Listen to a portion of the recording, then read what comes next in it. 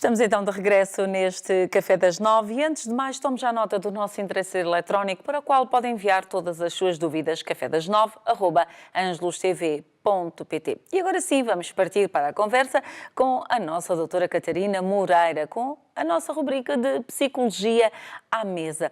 E hoje temos um tema que de facto por vezes pensamos que só acontece aos outros, mas não. Qualquer família está sujeita a esta questão. E se eu disser espelho meu, espelho mau, vão pensar, o que é que isto tem a ver com todos? Bom, mas se eu acrescentar anorexia e bulimia, aí sim já tem que ver um pouco, se calhar, com todos nós. E, doutora Catarina, de facto, nos últimos tempos, parece que esta situação se acentuou mais, principalmente se pensarmos nas nossas jovens, não é? Exatamente. De facto, a perturbação é uma perturbação da conduta alimentar, tanto a anorexia como a bulimia, e de facto tem contornos muito específicos, tanto uma quanto outra, e com consequências de facto dramáticas, na medida em que podem inclusivamente levar à morte. E de facto é algo que convém pararmos e pensarmos porquê os casos que surgem, e muitas das pessoas que estão em casa se calhar conhecem alguém ou têm alguém na família com este tipo de perturbação. E de facto é uma perturbação que tem uma série de consequências físicas, notórias, sinais, que naturalmente não passam despercebidos a nenhum de nós que esteja junto a uma pessoa com anorexia. No entanto, no caso da bulimia, isso nem sempre é assim. Ou seja, no caso da anorexia, e as pessoas vão se apercebendo e vão estando mais ou menos familiarizadas com o facto das pessoas acabarem do anorético ou da anorética, normalmente é mais comum no sexo feminino e entre os 15 e os 20 anos.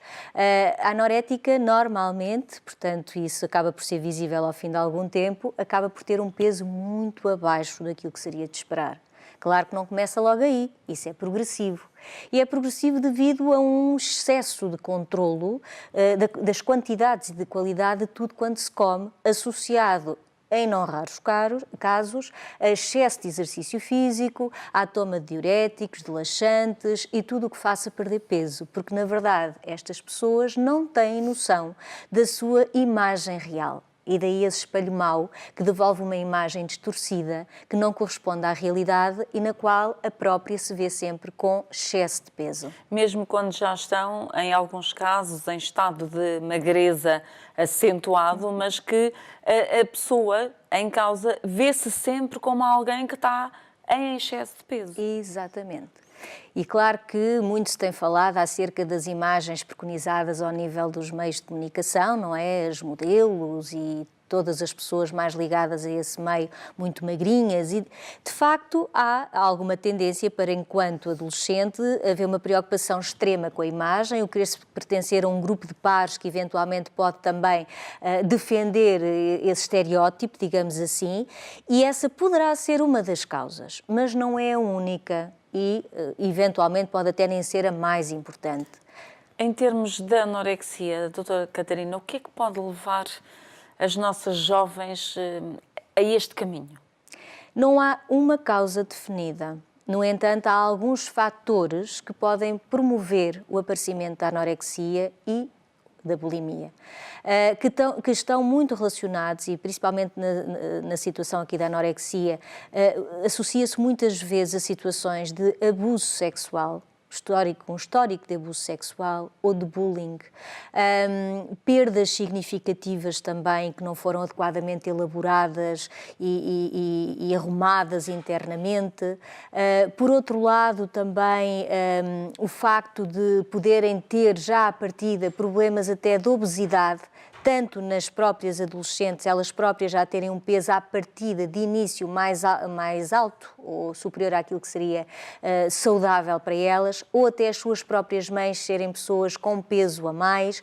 Portanto, há aqui alguns fatores, alguns estudos que apontam para a existência de alguns fatores que podem promover a ocorrência de uma perturbação destas. E quando há pouco referenciava o bullying, fez-me lembrar, não sei se pode estar correto ou não, mas fez-me lembrar que às vezes os jovens entre eles são demasiado cruéis, não é? E gostam muito de apontar o dedo ao outro no sentido de estás muito gorda, olha para o teu tamanho, olha o espaço que tu ocupas. E isso, parecendo que não, vai deixando mazelas em termos psicológicos graves que podem depois terminar nestas situações? Claro que sim, claro que sim. E não só o bullying, e nesse caso já pensando em termos de escola e de contacto com outros colegas, mas desde muito cedo, e atenção pais, cuidado com isto, quando os miúdos, os filhos e as filhas têm peso a mais, por vezes há muito a tendência para controlar depois excessivamente essas questões. E rotulando. Uma coisa é nós educarmos os nossos filhos num sentido de uma alimentação cuidada e saudável, porque o corpo perfeito é o corpo saudável. Não é? Não tem a ver com tamanho nem com peso.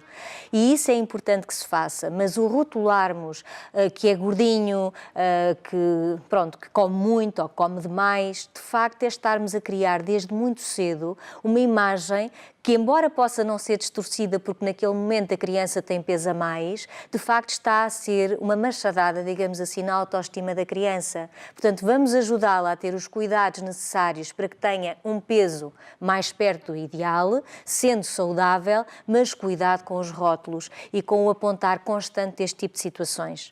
Em termos da anorexia, Catarina, há alguns sinais de alerta que possamos ter e que nos possam ajudar de que, bom, algo não está bem aqui?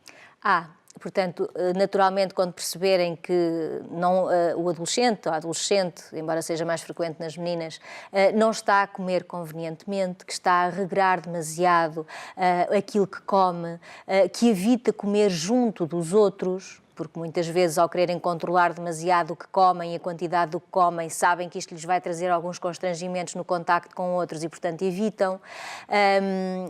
Portanto, sobretudo isso, que depois vai sendo notória, a perda de peso, um ar menos saudável, que pode levar, inclusivamente, um atraso ao nível do desenvolvimento, uma vez que surgem idades ainda muito precoces também.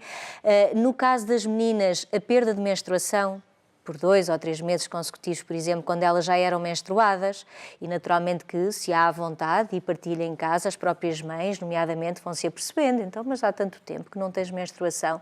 Portanto, são alguns sinais que nós podemos ter em conta e que poderão estar associados a uma situação destas. Do outro lado, é também a questão da bulimia, muito idêntica, contudo, aqui às vezes é um bocadinho mais difícil de perceber, porque eles comem, não se dá por ela no momento em que vão retirar tudo aquilo que ingeriram, não é? Exatamente. E daí poder ser uma situação menos notória, porque habitualmente, tendencialmente, o peso não tende a decrescer tanto como na anorexia. O que existe é uma compulsão para, em dados momentos, comer demasiado, surge a culpa associada a isso e, para compensar, então, eles provocam em muitas situações o vómito, com todas as agravantes de uma situação dessas, porque o ácido estomacal vai agredir, devido à frequência com que o fazem, os dentes, toda a parte do esófago, portanto, pode provocar aqui situações muito complicadas ao nível da saúde também. E aí é mais fácil de detectar, mas pode haver sinais ainda assim, Catarina? Lá está, o evitamento de tudo o que são refeições, num contexto mais social também. Uma preocupação excessiva com o corpo, o perceberem que a pessoa tende a distorcer-se, de facto, em termos corporais, em termos de imagem corporal. Mesmo quando já é magra, acha sempre que está gorda. Exatamente. E Catarina, estas jovens precisam, de facto, detectada a situação, é bom ter logo um acompanhamento psicológico? É importantíssimo que isso assim seja, no entanto, estas circunstâncias, por norma, não têm apenas um acompanhamento psicológico, ou seja, é necessário a intervenção de uma equipa multidisciplinar, em que muitas vezes entra também a psiquiatria, é natural que também seja muito importante a presença de um nutricionista, que vai ajudar a repensar, no fundo, todos os cuidados que até ali não existiram com a alimentação, e em situações muito graves, de facto, é inclusivamente necessário o internamento. Em ambas as situações, ainda assim, além de todos os cuidados físicos que são necessários por parte das outras especialidades, em termos de autoestima, depois há aqui um trabalho muito grande a fazer. Sem dúvida alguma, porque naturalmente que são pessoas que tendem a ter de facto uma autoestima baixa, acreditam muito pouco nelas próprias, distorcem muitas vezes não só a imagem corporal, mas a percepção que têm do mundo à volta e daquilo que realmente importa para que possam ser pessoas mais felizes, não é? E concentram no fundo todas as atenções delas nestes aspectos, perdendo muito do que é importante e que existe à volta, nomeadamente no campo social. quase a terminarmos a nossa conversa, mas quando os pais se apercebem de que, bom, tenho um caso de uma situação de uma filha anoréxica ou bulímica, não há que dramatizar, apesar de ser preocupante, mas há que saber lidar com isto de uma forma positiva. Há que saber lidar com isto de uma forma positiva e proativa, ou seja, não há que dramatizar, mas há que consciencializar que é grave. E quanto mais tempo passar, mais cristalizada fica a pessoa nesse modo de funcionar também, não é? E, portanto, a intervenção torna-se sempre profícua, obviamente, mas mais difícil, quando tudo está muito enraizado e elas já fazem isso há muito, muito tempo. Por isso, não há que ter medo, porque se tivermos medo não vamos enfrentar esta situação que tem naturalmente também solução à vista, mas há que enfrentar diretamente e falar com a jovem e naturalmente que na maior parte dos casos elas vão dizer que não, que está tudo bem e, portanto, enquanto pais deverão levar ao médico, deverão levar ao psicólogo e deverão procurar ajuda, de facto, nesse sentido. Muito bem, fica aqui esse alerta, marcamos encontro para a próxima semana. Estivemos aqui a falar de anorexia, bulimia, quando o espelho meu é um espelho mau. Mas há muito mais para conhecer neste Café das 9.